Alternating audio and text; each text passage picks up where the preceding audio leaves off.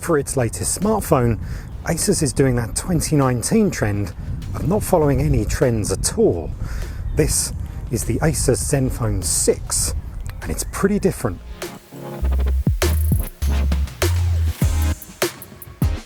What makes it different? There's several things.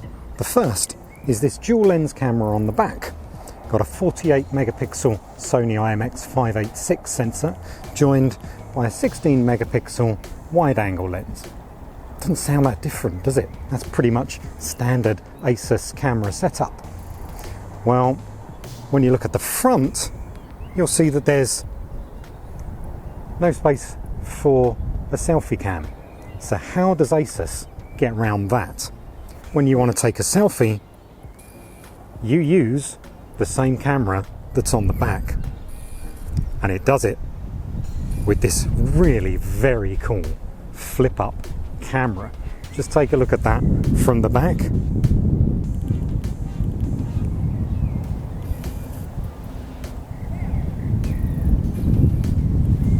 Just like that. So all of the benefits of that 48 megapixel camera and 16 megapixel wide angle lens is also used on the front for your selfies, not just regular photos on the back. And this is very different to the usual pop-up cameras that we see. Pop-up cameras, they have a single sensor inside. This is much, much different. That flip camera isn't just for taking selfies, and that's why we've come outside to demonstrate how cool this is for panorama shots. You'll know taking panorama shots usually involves you following things across the screen and messing it up halfway through.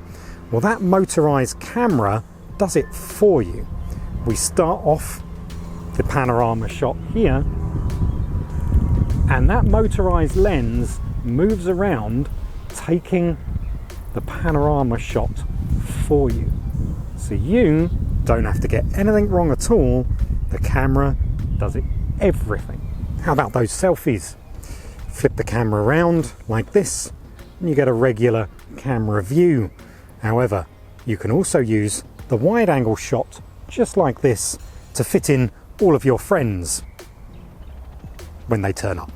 With features like that, the Zenfone 6's flip round camera is far from a gimmick. It's also really technically impressive. This is a mechanical system. There's 13 different gears inside with enough torque to flip that round over the top of the phone. Inside as well, there's a wide variety of different cables, 32 different power cables, along with some other sensor cables as well, wrapped up in one 2mm thick cable. That keeps it all compact. Then you've got to consider that you've got a 48 megapixel lens, a wide angle lens, all of the sensors that go along with that, including a hall sensor and a gyroscope. And that's all inside that one flip round camera. It really is a bit of a technical masterpiece. Asus has really thought about this. It knows that you're going to want to use those tools in different apps.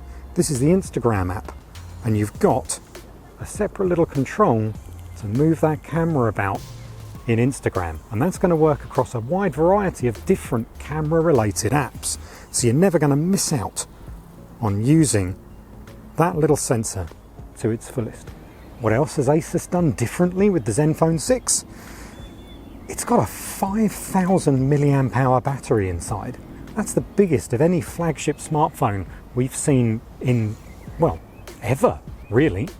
The reason is Asus did not want to compromise by adding wireless charging, by adding super fast charging. It wanted to go in a different direction and make you charge the phone less.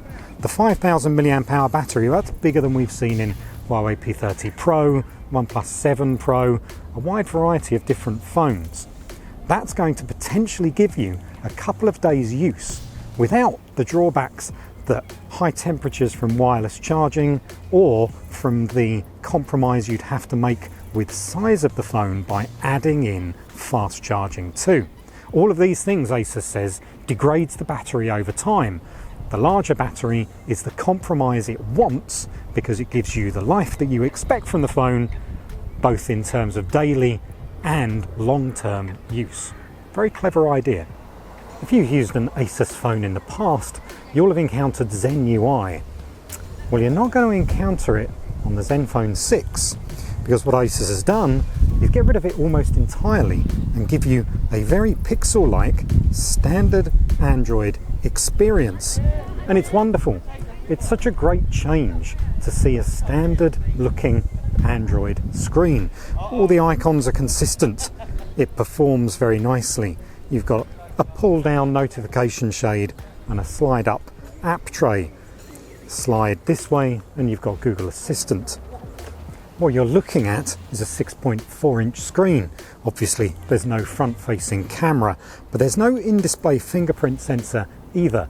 Asus decided that this was a bit of a compromise. It would change the addition of one of these, a 3.5mm headphone socket. Add the in-display fingerprint sensor and that goes away. And Asus, well, they'd prefer to keep it.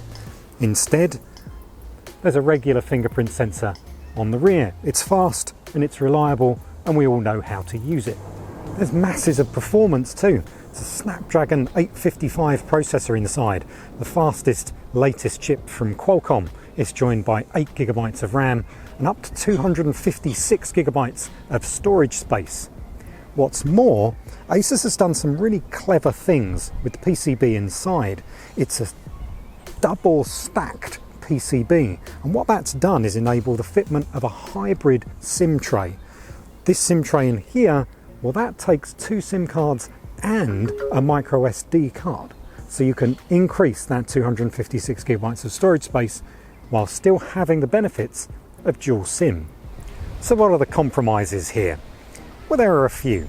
Despite it having a 5000 mAh battery, it's not that heavy, but it is quite thick, certainly compared to some of our more recent devices, including the P30 Pro and the Galaxy S10.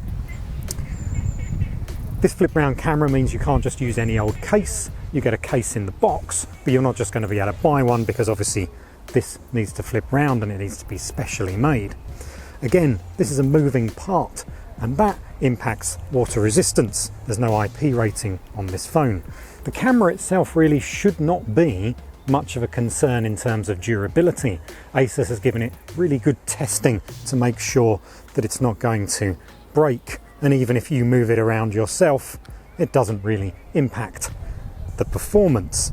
Additionally, what Asus has done is use the gyroscope so that when you drop this and the camera is open, it automatically retracts. We're excited about the Zenfone 6. It's a new direction for Asus, and it's a direction that's different to everybody else. What we still don't know is the price or the release date. This has just been announced, and we're going to have all of those details very soon. But if it comes out at the right price, and Asus says it's going to be less than the ROG gaming phone, so less than $900, this is going to be one to watch this year.